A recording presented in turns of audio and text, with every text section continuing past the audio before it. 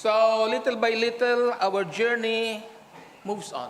We are now on the 7th month, on the first day of the 7th month.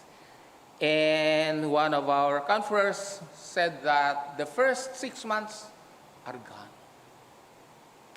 So here we find that in spite of the pandemic, life moves on. And we carry with us the burden of this pandemic. But there is good news. Now they are saying that they are now coming out with a vaccine, though not totally yet. But there is hope. There is hope. And we continue to pray because precisely it is part of the answered prayers. We ask the Lord for those who are tasked in finding vaccine for this virus. And hopefully one day, we'll have that vaccine. So in this journey of ours, what does the word say to us? How does the gospel speak to us? St. Matthew brings out an experience, and I even would call it kind of a comical experience with a kind of a tragedy at the end.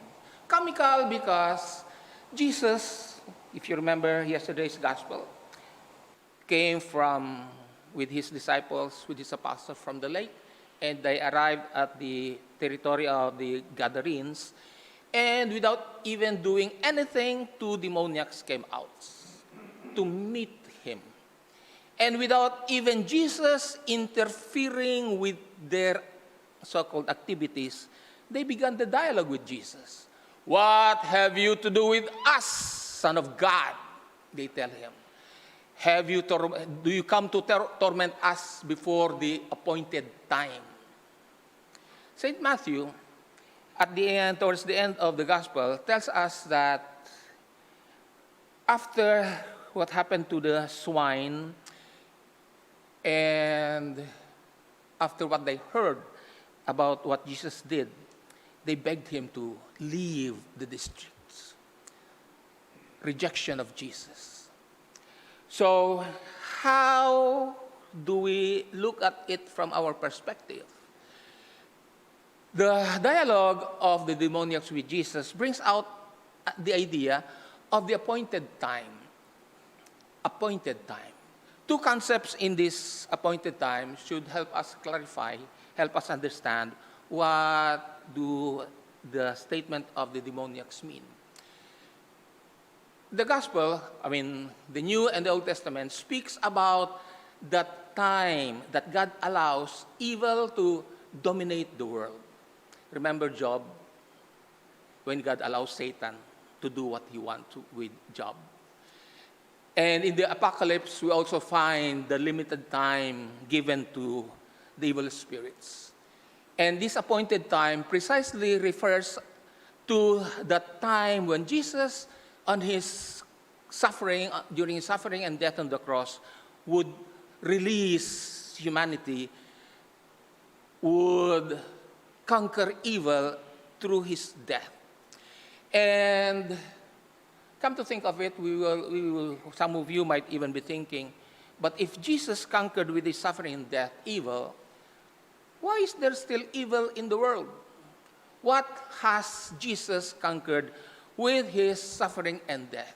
That is a good question. A good question. Because precisely, evil will always be in the world. So what was the effect of the suffering and death of the Lord Jesus on the cross? St. Paul puts it this way: "O death, where is your victory?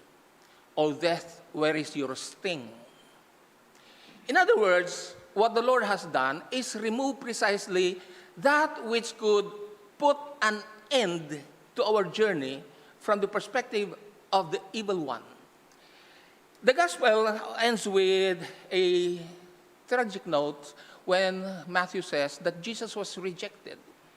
Perhaps in this detail, we find also an answer to the question, why does evil still dominate the world.